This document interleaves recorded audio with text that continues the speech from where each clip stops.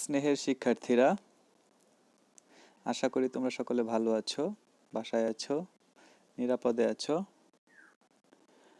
আজকে আমি বিবিএ সম্মান চতুর্থ বর্ষের প্রকল্প ব্যবস্থাপনা বিষয়টি থেকে প্রকল্প পরিকল্পনা ও সূচীকরণ অধ্যায় থেকে কিছু বিষয় আলোচনা করব। আমি আশুতোষ সরকার আছি তোমাদের সাথে, প্রভাষক, ব্যবস্থাপনা বিভাগ, সরকারি হরগঙ্গা কলেজ, মুন্সিগঞ্জ। তো প্রথমেই আমরা দেখব প্রকল্প কি। যদিও এটা প্রকল্পের পরিকল্পনা ও সূচীকরণ বিষয়ের আলোচ্য বিষয় নয়, তবুও প্রকল্প পরিকল্পনা জানার জন্য আমাদের আগে প্রকল্পের সম্পর্কে একটা ছোটখাটো বা সম্যক ধারণা রাখতে হবে। প্রকল্প শব্দটি এসেছে ইংরেজি প্রজেক্ট শব্দটি থেকে।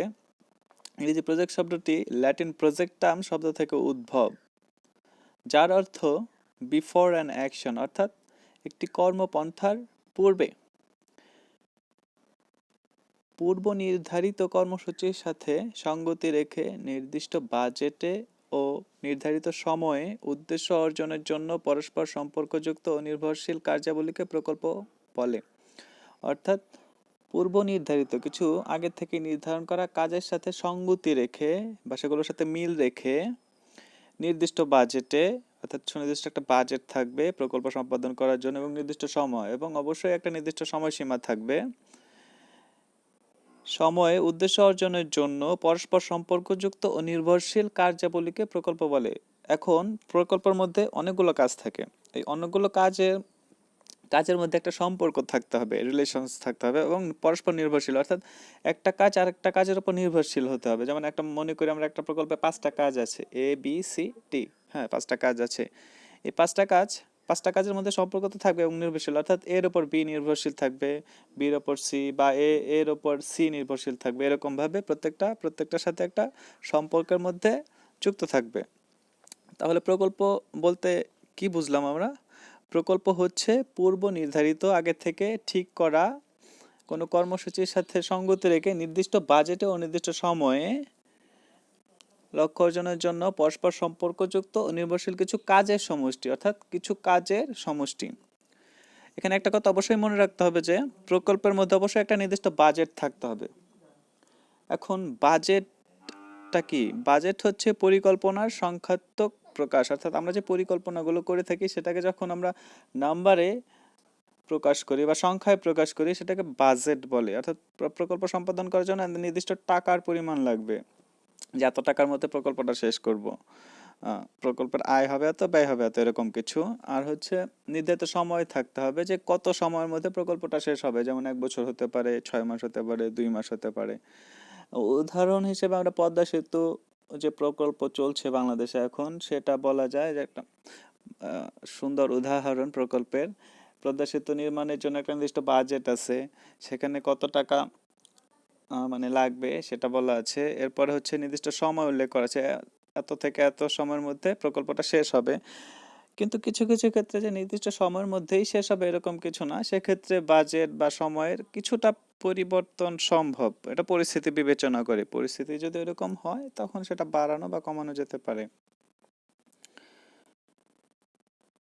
আর পদ্মা সেতুর ক্ষেত্রে কিন্তু ওই যে বললাম যে বিভিন্ন সম্পর্কযুক্ত কাজগুলো আছে। যেমন প্রথমে পিলার দিতে হবে, পিলার মানে যে আমরা এখন দেখছি যে পিলার বা ফাউন্ডেশন তৈরি করা হয়েছে, এরপরে পিলারগুলো বসানো হচ্ছে, এরপর রেল লাইন বসানো হবে, এরপরে আনুষঙ্গিক কাজগুলো আছে, রাস্তাগুলো করা হচ্ছে। অর্থাৎ কাজগুলো পরস্পর সম্পর্কযুক্ত এবং একটা আরেকটার উপর নির্ভরশীল। পিলার না হলে তো পরে উপরে যে স্প্যানগুলো বসানো যাবে না, যেগুলো এখন বসানো হচ্ছে। সো কাজগুলো নির্ভরশীল না। আচ্ছা, এখন দেখব হচ্ছে প্রকল্প পরিকল্পনা কি। আচ্ছা, পরিকল্পনা কি? পরিকল্পনা হচ্ছে ভবিষ্যতের জন্য একটা নকশা প্রণয়ন করা, অর্থাৎ ভবিষ্যতে কোনো কাজটা কিভাবে করব সেটা আগের থেকেই ঠিক করে রাখা। এখন প্রকল্প পরিকল্পনা কি? প্রকল্প সহজ কথায় যদি বলি, প্রকল্প সম্পর্কিত বিষয়ে আগাম চিন্তা ভাবনা করাকেই প্রকল্প পরিকল্পনা বলে। প্রকল্পের কাজ বাস্তবায়নে কি করতে হবে, কিভাবে করতে হবে, কখন করতে হবে, কত সময়ে করতে হবে ইত্যাদি বিষয়ে আগাম চিন্তা ভাবনা করাকেই প্রকল্প পরিকল্পনা বলে। অর্থাৎ প্রকল্পের যে কাজগুলো আছে, আমরা একটু আগে বললাম প্রকল্প হচ্ছে কিছু কাজের সমষ্টি, এই কাজগুলোকে কিভাবে করতে হবে, কখন করতে হবে, কোনটা কখন শুরু করা হবে, কোনটা কখন শেষ হবে। এরপরে হচ্ছে বাজেট কত লাগবে, অর্থাৎ সার্বিক প্রকল্প বিষয়ে যে একটা আগাম নকশা প্রণয়ন করা হয় সেটাই হচ্ছে প্রকল্প পরিকল্পনা। এখন আমরা দেখব হচ্ছে প্রকল্প পরিকল্পনার প্রয়োজনীয়তা কি, অর্থাৎ প্রকল্প পরিকল্পনা কেন করা হয়ে থাকে, বা এতে এই প্রকল্প পরিকল্পনা করলে কি কি সুবিধা পাওয়া যায়, বা এটার গুরুত্বটা কি। প্রাতিষ্ঠানিক উদ্দেশ্য অর্জন প্রথম যে প্রয়োজনীয়তা আছে বা আমরা গুরুত্ব বলতে পারি। প্রতিষ্ঠানের যে উদ্দেশ্য আছে, প্রকল্প প্রকল্প কেন নেওয়া হয়, প্রকল্প অবশ্যই নেওয়া হবে একটা নির্দিষ্ট উদ্দেশ্য অর্জনের জন্য। আমি সংজ্ঞার মধ্যে সেটা বলেছি যে একটা সুনির্দিষ্ট উদ্দেশ্য অর্জনের জন্য। এখন এই প্রকল্প পরিকল্পনার কাজটা কি হয়, যে কাজটা প্রকল্পের কাজগুলো কিভাবে করা হবে, কখন করা হবে, এর ফলে কি হয়, প্রতিষ্ঠানের যে নির্দিষ্ট উদ্দেশ্যটা থাকে বা প্রকল্পের যে নির্দিষ্ট উদ্দেশ্যটা থাকে সেটা অর্জন করা সহজ হয়ে যায়। ভবিষ্যতের জন্য কোনো ধরনের সমস্যা হয় সেটা অ্যাডজাস্ট করা যায়। ফলে লক্ষ্যটা, প্রতিষ্ঠানের যে উদ্দেশ্য থাকে সেটা সহজেই অর্জন করা যায়। এরপরে হচ্ছে ব্যবসায়ের উন্নয়ন ও সম্প্রসারণ। এখন এটা কিভাবে সম্ভব হয়, এটা হচ্ছে পয়েন্ট 1 থেকে কিন্তু আমরা সহজেই অনুমান করতে পারি। প্রতিষ্ঠানের লক্ষ্য বা উদ্দেশ্য যখন অর্জিত হবে তখন ব্যবসায়ের উন্নয়ন ও সম্প্রসারণ করা যাবে, সম্ভব। এখন কোনো প্রতিষ্ঠান যদি তার উদ্দেশ্য অর্জন করতে না পারে সে তো বেশি দিন টিকে থাকতে পারবে না, তার মুনাফা কম হবে, সে তার ব্যবসার উন্নয়ন ও সম্প্রসারণ করতে পারবে না। সো পয়েন্ট নাম্বার 1 থেকে কিন্তু পয়েন্ট নাম্বার 2টা আমরা সহজেই অনুমান করতে পারি। এরপর হচ্ছে ব্যয় ও অপচয় হ্রাস। এটা কিভাবে হয়, পরিকল্পনা মানে পরিকল্পনার মাধ্যমে যেহেতু ভবিষ্যৎ কাজের আগাম নির্ধারণ করা হয়ে থাকে, ফলে ভবিষ্যতে কোন কাজ করতে হবে, কোনটা করতে হবে না বা কত সময় করতে হবে সেটা সহজে বোঝা যায়। ফলে কি হয়, প্রতিষ্ঠানের ব্যয় নিয়ন্ত্রণ করা যায় এবং অপচয়গুলো হ্রাস করা যায়, কমানো যায়। অর্থাৎ যেটা করতে হবে না, অপরিকল্পিত কাজ করতে গেলে কি হয়, আমরা যখন কোনো কাজ অপরিকল্পিতভাবে করতে যাই দেখা গেছে অনেক খরচ হয়ে যায়, যেটা করার দরকার পড়ে না সেটাও করে ফেলি। পরিকল্পনার মাধ্যমে এই অবাঞ্ছিত কাজগুলো করতে হয় না, ফলে অপচয় কমে যায়। 4 নাম্বার যেটা আছে সেটা হচ্ছে উপকরণাদি কার্যকর ব্যবহার। এখন প্রকল্প সম্পাদন করতে গেলে বিভিন্ন ধরনের উপকরণ ব্যবহার করতে হয়, সেটা মানবিক উপকরণ হতে পারে, অমানবীয় যে উপকরণগুলো আছে সেগুলোও আছে। এই উপকরণগুলো যথাযথ ব্যবহার নিশ্চিত শুধুমাত্র পরিকল্পনার মাধ্যমেই সম্ভব। পরিকল্পনার মাধ্যমেই তো আমরা নির্ধারণ করে থাকি কোন কাজটা করতে হবে, কি করতে হবে, কাকে দিয়ে করতে হবে, কিভাবে করতে হবে। ফলে উপকরণগুলোর যথাযথ ব্যবহার নিশ্চিত করা যায়, যে কোনটার কাজ কি, কোনটা কখন আমরা ব্যবহার করব, কখন করব না। আচ্ছা, এরপরে হচ্ছে 5 নাম্বার দক্ষতা অর্জন। দক্ষতা অর্জন বিষয়টা আসলে ব্যবস্থাপকীয় যে পরিচালক বর্গ থাকে তাদের সাথে জড়িত।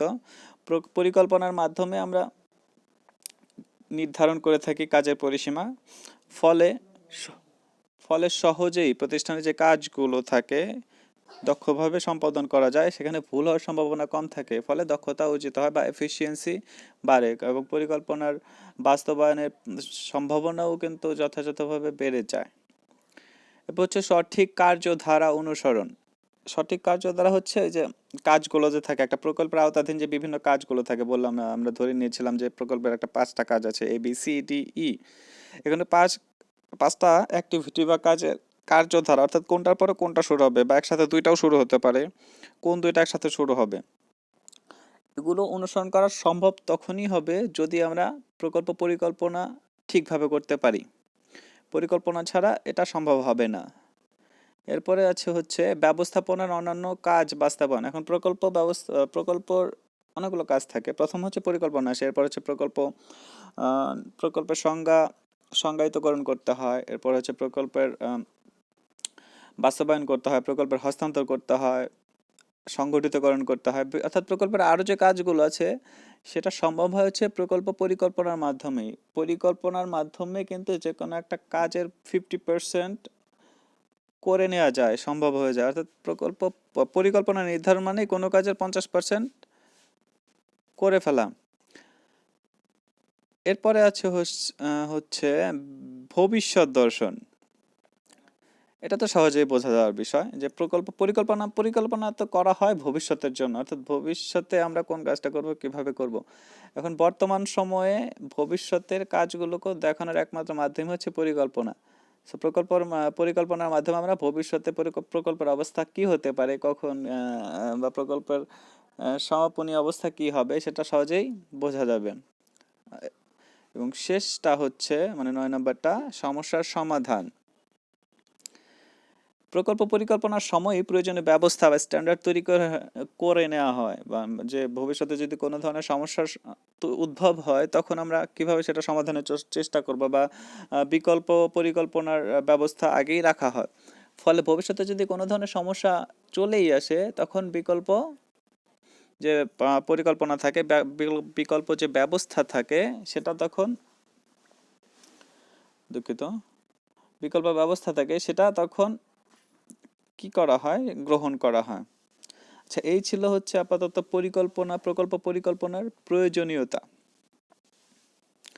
এখন আমরা দেখব হচ্ছে প্রকল্প অনুসূচীকরণ কি। অনুসূচীকরণ হচ্ছে প্রজেক্ট স্কেজিউলিং, অর্থাৎ প্রজেক্টের যে কাজগুলো থাকে সেগুলোকে ধারাবাহিকভাবে সাজানো, অর্থাৎ কোনটা পরে কোনটা হবে, কোনটা পরে কোনটা হবে এটা। অর্থাৎ প্রকল্পের প্রতিটি কাজ কখন শুরু হবে এবং কখন শেষ হবে তা পূর্বেই নির্ধারণ করা কাজকে হচ্ছে অনুসূচীকরণ বা স্কেজুয়ালিং বলে। অর্থাৎ অনুসূচীকরণ হলো ভবিষ্যৎ করণীয় কাজের আগাম সীমা নির্ধারণ। এটা অনেকটা প্রকল্পের মতোই বলা যায়, তবে এটা একটু কাজের সাথে আরো একটু বেশি রিলেটেড। পরিকল্পনা যেমন পুরো প্রজেক্টটা নিয়ে কাজ করে, আর অনুসূচীকরণের সময় হচ্ছে প্রজেক্টের আওতাধীন যে কাজগুলো থাকে, অ্যাক্টিভিটিস গুলো থাকে, ছোট ছোট ভাগ, সেগুলো সেগুলোকে পর্যায়ক্রমে সাজানোর কাজটা হয় অনুসূচীকরণে। অনুসূচীকরণের মাধ্যমে প্রতিটি প্রকল্পের কাজ শুরু ও শেষ সময় নির্ধারণ করা হয়। অনুসূচীকরণ প্রণয়নে প্রকল্প ব্যবস্থাপকের যথেষ্ট দক্ষতা থাকতে হয়। দক্ষতা না থাকলে পর দেখা গেছে ভুলভাল সাজালে পরে প্রকল্প নির্দিষ্ট সময় শেষ করা সম্ভব হবে না, বাজেটের একটা সমস্যা তো আছেই। আচ্ছা, প্রকল্প অনুসূচি প্রণয়নের পদ্ধতি সময়, এই যে আমরা বললাম প্রজেক্ট স্কেজুলিং করা হয়, প্রকল্পের কাজগুলোকে বিভিন্ন পদ্ধতিতে স্কেজুলিং এর কাজটা করা যেতে পারে। পদ্ধতিগুলো কি কি আছে প্রচলিত, যেমন আছে গ্যান্ট চার্ট, যেটা বার চার্ট নামে পরিচিত। এরপর হচ্ছে নেটওয়ার্ক টেকনিক। নেটওয়ার্ক টেকনিক আবার দুই প্রকার আছে, একটা হচ্ছে ক্রিটিক্যাল পাথ মেথড, যেটাকে সিপিএম বলা হয়ে থাকে। এটা হচ্ছে programme evaluation and review technique বা পার্ট। 3 নম্বর হচ্ছে মাইলস্টোন চার্ট। এরপর হচ্ছে 4 নম্বর ফ্লো চার্ট। 5 নম্বর হচ্ছে লাইন অফ ব্যালেন্স। আরও কিছু পদ্ধতি আছে, তুলনামূলকভাবে এগুলোই জনপ্রিয় বা ব্যবহার করা হয়ে থাকে বা ব্যবহার করা হয়ে আসছে। তো আজকে আমি এখন আলোচনা করব গ্যান্ট চার্ট কি। গ্যান্ট চার্টের উদ্ভাবক হলেন মার্কিন যুক্তরাষ্ট্রের হেনরি লরেন্স গ্যান্ট, যিনি ছিলেন একজন আমেরিকান খনি প্রকৌশলী, ব্যবস্থাপনা পরিচালক ও শিল্প উপদেষ্টা। তিনি কি করেছিলেন, তিনি বিংশ শতাব্দীর দ্বিতীয় দশকে অর্থাৎ 1917 সালে বিভিন্ন প্রকল্পে নির্ধারিত ও বাস্তব অগ্রগতি দেখানোর জন্য একটু চাক্ষুষ সরঞ্জাম হিসেবে এই চার্ট গড়ে তুলেছিলেন। গ্যান্ট সময় নিরীক্ষার আওতায় প্রতিটি কাজের জন্য কতটা সময় প্রয়োজন এবং কাজটি কখন শুরু হবে কখন শেষ হবে তা রেখাচিত্রে উপস্থাপন করেন। তো এখন আমরা একটা গ্যান্ট চার্টের নমুনা দেখতে পাচ্ছি। গ্যান্ট চার্টের বিষয়টা হচ্ছে যে প্রকল্পের বিভিন্ন কাজগুলো থাকে, এখানে আমরা দেখতে পাচ্ছি অ্যাক্টিভিটি 1 2 3 4 থেকে শুরু করে 10 পর্যন্ত আছে। গ্যান্ট চার্টে একটা চার্টের মাধ্যমে বা বারের মাধ্যমে কাজের অগ্রগতি বোঝানো হয়ে থাকে। এখানে আমরা দেখতে পাচ্ছি বিভিন্ন কালার, একটা আছে ইয়েলো কালার আছে, গ্রিন অ্যান্ড রেড, অর্থাৎ এখানে বিভিন্ন কালার ব্যবহার করে কোনটা কাজ কখন শুরু হবে সেটা, মানে কোনটা কাজ কতটুকু শুরু হয়েছে, কতটুকু বা শুরু হয়েছে কিনা, বা শুরু হলে কতটুকু তার অগ্রগতি কি, বা শেষ হয়েছে কিনা, বা কোনো কাজ আদতেও শুরু হয়েছে কিনা সেটা বোঝা যায়। অর্থাৎ বিভিন্ন কালার ব্যবহার করে কাজের অগ্রগতি বোঝা যায়, বা কাজে কখন শেষ হবে সেটারও কিন্তু এখান থেকে ধারণা পাওয়া যায়। অর্থাৎ কাজটা কখন শুরু হবে, যেমন আমরা প্রথম অ্যাক্টিভিটি 1-এ দেখতে পাচ্ছি সেটা 1-এর থেকে শুরু হয়ে 5-এর মধ্যে শেষ হবে। আর ইয়েলো কালার দ্বারা বোঝা যাচ্ছে হচ্ছে পার্সেন্টেজ, অর্থাৎ কতটুকু কাজ শেষ হয়েছে। আচ্ছা, এখন আমরা দেখব হচ্ছে গ্যান্ট চার্টের সুবিধা সমূহ। অর্থাৎ গ্যান্ট চার্ট ব্যবহার করলে কি কি সুবিধা পাওয়া যাবে। উপলব্ধি ক্ষমতা,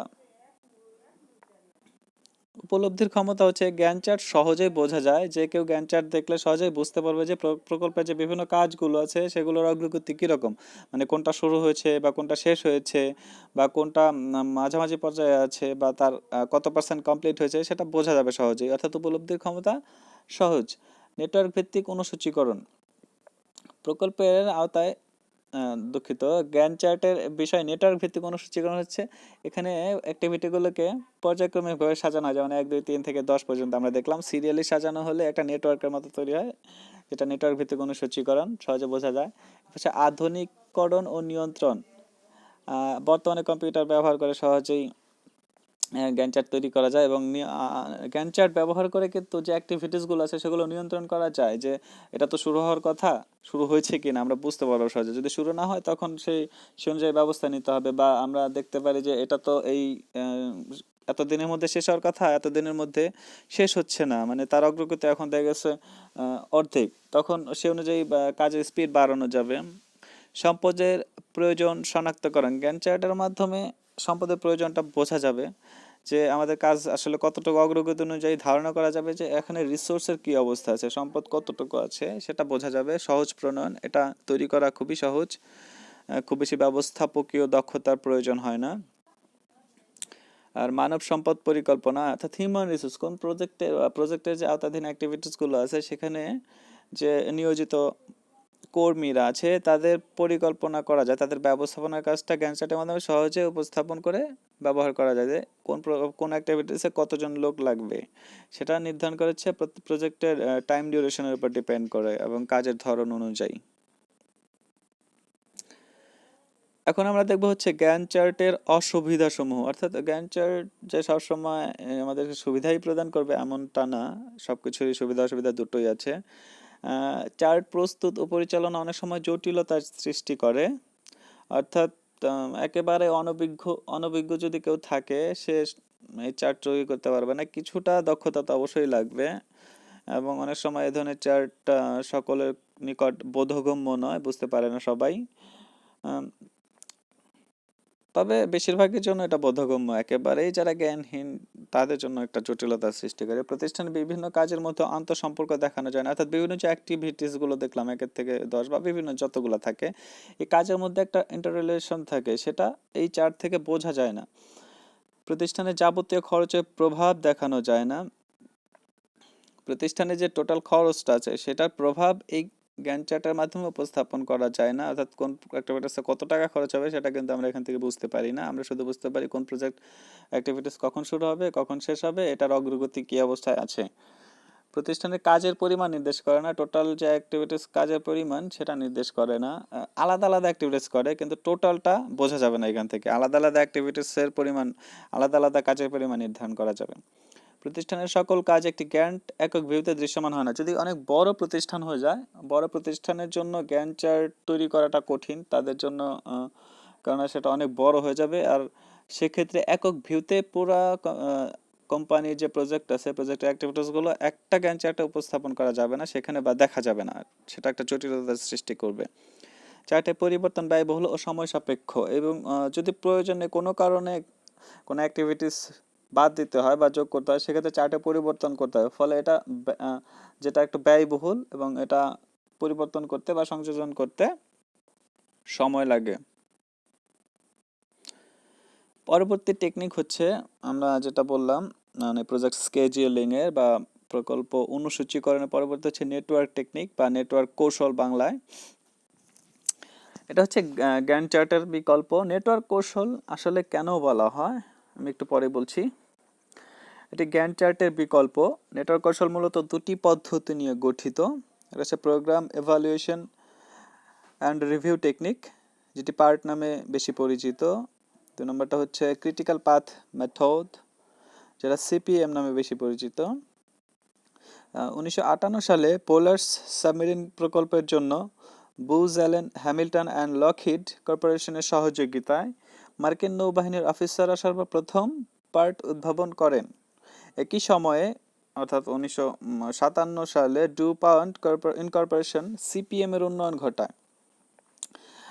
বর্তমানে প্রায় সকল প্রতিষ্ঠানে পার্ট সিপিএম ব্যবহার করা হয়ে থাকে, কিন্তু পার্টের থেকে সিপিএম এর ব্যবহারটা অর্থাৎ ক্রিটিক্যাল পাথ মেথড এটা এখন একটু বেশি ব্যবহার করা হয়, এটা একটু বেশি জনপ্রিয়। আচ্ছা, নেটওয়ার্ক কৌশলে একটা নমুনা বলছি, এটাকে নেটওয়ার্ক কেন বলা হয় সেটাও এখন আমি বলবো। নেটওয়ার্ক কৌশলে হচ্ছে যে অ্যাক্টিভিটিসগুলো আছে, অর্থাৎ একটা প্রজেক্টের আওতাধীন যে অ্যাক্টিভিটিসগুলো আছে সেগুলোকে বিভিন্ন নোড বা অ্যারোর মাধ্যমে প্রকাশ করে স্টার্ট থেকে এন্ড পর্যন্ত একটা কাঠামো দাঁড় করানো হয়। এখানে আমরা দেখতে পাচ্ছি যেমন ওয়ান একটা অ্যাক্টিভিটিস 1 2 3 4 5 6, এখানে 4টা নোড আছে, অ্যারো আছে হচ্ছে 1 2 3 4 5 6টা। এগুলোর মাধ্যমে একটা স্ট্রাকচার দাঁড়িয়েছে, এটা হচ্ছে একটা নেটওয়ার্ক। অর্থাৎ প্রত্যেকটা কাজের সাথে প্রত্যেকটা অ্যাক্টিভিটিসের একটা সম্পর্ক দেখানো যাচ্ছে এবং কখন শুরু হবে কোনটা। যেমন প্রজেক্ট অ্যাক্টিভিটিস এ এর পরে অ্যাক্টিভিটিস বি আসবে, বি এর পরে হচ্ছে সি আর ডি আসবে, এরপরে সি আর ডি শেষ হলে এফ আসবে, এরপরে হচ্ছে সি এর শেষ হলে ই আসবে, শেষে সবগুলো প্রজেক্ট সমাপ্তি ঘটবে। অর্থাৎ একটা সম্পর্কের মাধ্যমে একটা কাঠামো দাঁড়াচ্ছে, এটা একটা নেটওয়ার্কের মতো দেখাচ্ছে বিষয়টা, বা একটা নেটওয়ার্ক তৈরি করছে। অর্থাৎ পরস্পরের সাথে সম্পর্কযুক্ত হইতে একটা নেটওয়ার্ক তৈরি হয় না, আমরা বলি না? যেমন আমাদের ব্যক্তিগত জীবনে আমরা কি বলি যে তোর তো নেটওয়ার্ক অনেক বেশি। নেটওয়ার্ক বেশি মানে কি? পরিচিতির সংখ্যা বেশি বা সম্পর্কের সংখ্যা বেশি। সম্পর্ক বিভিন্ন ধরনের সম্পর্ক হতে পারে। এখানে একটা অ্যাক্টিভিটিসের সাথে আরেকটা অ্যাক্টিভিটিসের সম্পর্ক সংযুক্ত করে যে নেটওয়ার্ক উপস্থাপন করা হয়। আচ্ছা, নেটওয়ার্ক কৌশলের সুবিধাসমূহ কি কি আছে সেটা আমরা এখন দেখব। বিচার বিশ্লেষণ ও যৌক্তিক চিন্তা ভাবনা করে পরিকল্পনা গ্রহণ করা যায়। জ্ঞান চার্টের ক্ষেত্রে এটা একটু কম, বিচার বিশ্লেষণ বা যৌক্তিক চিন্তা ভাবনার সুযোগ কম থাকে, কিন্তু নেটওয়ার্ক কৌশলের ক্ষেত্রে বিচার বিশ্লেষণের সুযোগ সুবিধাটা বেশি থাকে। সঠিকভাবে প্রকল্পের পূর্বাভাস গ্রহণ করা যায়, অর্থাৎ প্রকল্পর ভবিষ্যতে কি হবে সেটা এই নেটওয়ার্ক কৌশল ব্যবহার করলে সহজে বোঝা যাবে। প্রকল্পের পর্যবেক্ষণ, পর্যালোচনা, নিয়ন্ত্রণের বৈজ্ঞানিক ভিত্তি প্রদান করে। এটা বৈজ্ঞানিক অনেকটা সায়েন্টিফিক মেথড। সায়েন্টিফিক মানেই হচ্ছে তথ্যপাতের ভিত্তিতে কোনো কিছু করা। আর নেটওয়ার্ক কৌশলে তথ্যপাতও খুব ভালোভাবে ব্যবহার করা হয়ে থাকে, সিদ্ধান্ত নিতে সাহায্য করা। অবভিয়াসলি যেহেতু এটা সায়েন্টিফিক মেথড, এটা সিদ্ধান্ত নিতে সাহায্য করবে। প্রকল্পের অগ্রগতি জানা যাবে, অর্থাৎ প্রকল্পের যে কাজটা আছে সেটা কত দূর হয়েছে, শুরু হয়েছে কিনা, বা কতদিনের মধ্যে শেষ হবে, অর্থাৎ প্রকল্পের সার্বিক অগ্রগতিটা ভালোভাবেই বোঝা যাবে। অনুসূচি সহজেই পরিবর্তন করা যায়। স্কেজুলিং এর ক্ষেত্রে আমরা গ্যান্ট চার্টে কি দেখেছিলাম যে পরিবর্তন করাটা অনেকটা ঝামেলার এবং ব্যয়বহুল, কিন্তু নেটওয়ার্ক কৌশলের ক্ষেত্রে এটা সহজেই পরিবর্তন করা যায়, খুব বেশি ঝামেলা তৈরি হয় না। অনুসূচি প্রণয়নে কম্পিউটার ব্যবহার, যেমন কম্পিউটার ব্যবহার করে নেটওয়ার্ক কৌশলের মাধ্যমে যে পার্ট সিপিএম প্রযুক্তি, পার্ট সিপিএম যে কৌশল সেটা অবলম্বন করা যায় এবং প্রকল্পের সম্ভাব্য সমাধান বা সমাপ্তি সময় নির্ধারণ করা যায়। নেটওয়ার্ক কৌশলের অসুবিধাসমূহ কি কি আছে আমরা এখন সেগুলো দেখব।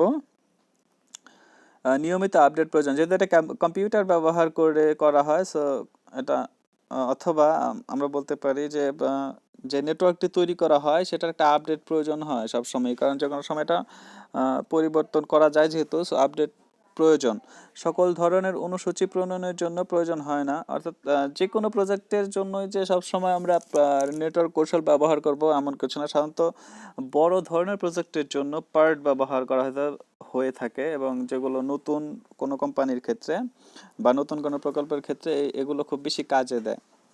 এটা একটা জটিল পদ্ধতি। জ্ঞান চার্টের থেকে কিন্তু এটা আসলে একটু কঠিন। জ্ঞান চার্ট অনেক সহজ, প্রায় বলেছিলাম প্রায় সকলেই বুঝতে পারবে, কিন্তু এটা নেটওয়ার্ক কৌশল তৈরি করার জন্য এক্সপার্ট লোক লাগবে, যারা এই নেটওয়ার্ক কৌশল তৈরিতে দক্ষ, যাদের যথেষ্ট ব্যবস্থাপকীয় দক্ষতা আছে, তারা শুধুমাত্র এগুলো বুঝতে পারবে এবং এগুলো তৈরি করতে পারবে। এবং ব্যয়বহুল, যেহেতু এটা কম্পিউটারাইজড পদ্ধতিতে তৈরি করা যায় বা করা হয়ে থাকে সাধারণত, এটা একটা ব্যয়বহুল প্রক্রিয়া। আর যেহেতু এটা একটা বড় প্রকল্পের আওতাধীনে সাধারণত এগুলো এই নেটওয়ার্কটা ব্যবহার করা হয়ে থাকে, এটা বেশি ব্যয়বহুল হয়ে থাকে গ্যান্ট চার্টের তুলনায়।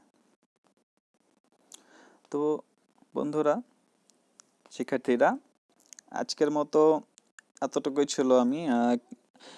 আমি কি পড়ালাম আজকে হচ্ছে প্রকল্প কি, প্রকল্প পরিকল্পনা কি, প্রকল্প পরিকল্পনার গুরুত্ব বা প্রয়োজনীয়তা, এরপরে আমি দেখেছি বা পড়িয়েছি হচ্ছে প্রকল্পের অনুসূচীকরণ বা প্রজেক্ট স্কেজুলিং কি আছে, সেটা পদ্ধতিগুলো কোন কোন পদ্ধতি অবলম্বন করে আমরা প্রজেক্ট স্কেজুলিং করতে পারি।